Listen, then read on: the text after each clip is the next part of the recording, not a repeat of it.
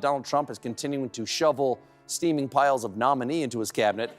This afternoon, he announced his latest choice for the administrator of Medicare and Medicaid. It's Dr. Mehmet Oz. In a statement, Trump talked about Oz's education, his surgical work, meow, meow, meow. Then, the real reason he picked him, he won 9 daytime Emmy Awards hosting the Dr. Oz Show. Medicare, Medicaid, the Children's Health Insurance Program, and the Obamacare Marketplace Exchange, healthcare.gov, which under Dr. Oz will replace with 10 tips to blast bellyfat.biz. What do you get when you cross a reality TV star president with a daytime TV doctor? A healthcare circus that'll make your head spin. Trump's picked Dr. Oz to run Medicare, and we've got questions. Like, a lot of questions. Before we move on, I'd like to ask you a small favor. If you appreciate this content, please take a second to like this video and subscribe to the channel. Over 98% of you watch the videos without subscribing. It costs you nothing, but it makes a huge difference to us. So, did you click the subscribe button? Great, thank you so much. Now, back to the video. Will colonoscopies now come with a side of green juice? Are we trading our health insurance for magic beans?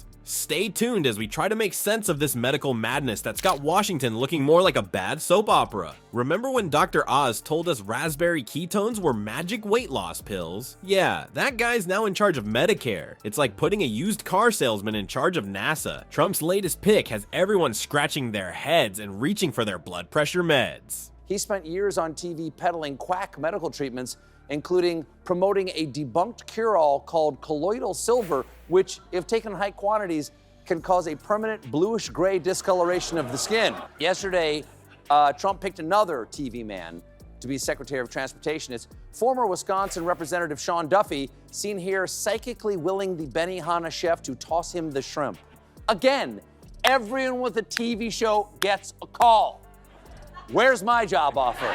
Let's take a stroll down memory lane, shall we? Dr. Oz isn't just your average TV doc, he's the king of questionable cures. Raspberry ketones, green coffee beans, magic Garcinia cambogia. If it sounds like something from a Harry Potter potion class, Oz probably told millions of viewers it would melt their fat away. But wait, there's more. He even pushed colloidal silver as a cure-all. Spoiler alert, it can turn you into a real-life Smurf. Talk about a glow-up. Now, Trump's putting this guy in charge of Medicare and Medicaid. It's like asking a flat earther to run NASA. What's next? A faith healer running the CDC? Oh wait, we're saving that for next season of America the Reality Show. The Debbie Downers out there claim Duffy's not qualified for this job just because he has little to no experience in the transportation field.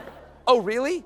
Have you forgotten that Mr. Duffy also served a full term on Road Rules All-Star? Revelations about the rest of Trump's nominees continue to drop jaws, like Fox and Friends weekend host and stepdad who wants you to call him Coach, Pete Hegseth.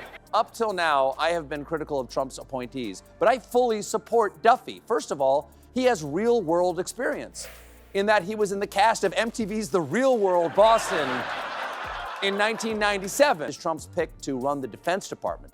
And last week, we learned that in 2017, Hegseth was accused of sexual misconduct. Okay, is that just a requirement for working in the Trump administration?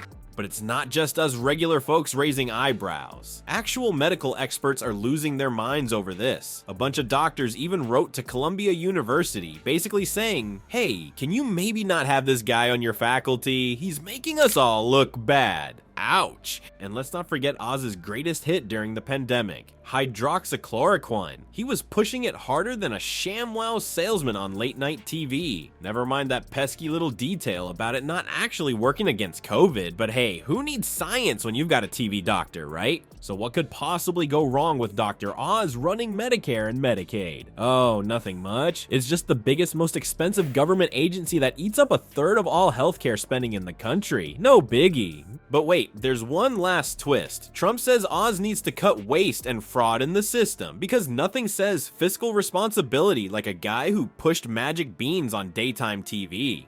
It's like asking a fox to guard the hen house if the fox also tried to sell the chickens a miracle diet first. Buckle up, folks. This healthcare roller coaster is just getting started, and something tells me we're in for a wild ride. But hey, at least we'll all have great abs from laughing Or crying? Probably both. You thought the last act was a doozy. Hold on to your Medicare cards, folks. Trump's putting Dr. TV in charge of grandma's healthcare, and it's about to get weirder than one of Oz's miracle weight loss cures. Picture this: Trump and Oz huddled over a whiteboard, scribbling healthcare ideas. How about we replace heart surgeries with green coffee enemas? Oz suggests. Trump nods enthusiastically. Sounds great. And let's make America's kidneys great again. Remember when Trump tried to give Obamacare the boot? Well, now he's handing the keys to Medicare to a guy who once claimed green coffee beans were magic. It's like putting a kid in charge of a candy store, except the candy is people's health, and the kid thinks Skittles cure cancer. So, what kind of changes might Dr. Oz cook up for Medicare and Medicaid? Well, he's a big fan of Medicare Advantage, where private insurers get government cash to cover seniors. He even proposed something called Medicare Advantage Plus during his Senate campaign. Sounds fancy, right? Like Medicare, but with jazz hands. But here's the kicker. Policy experts are worried this could limit healthcare choices for older Americans and put Medicare's future at risk. It's like offering grandma a choice between her usual doctor and a guy who sells magnetic bracelets at the mall. And let's not forget about Medicaid. Trump's team is eyeing some changes there too, because nothing says make America great again, like making it harder for poor people to see a doctor, right? But wait, there's more. Oz will also be in charge of those Obamacare exchanges that just hit a record 20 million signups. I'm sure the guy who pushed hydroxychloroquine for COVID will do a great job there. What could possibly go wrong?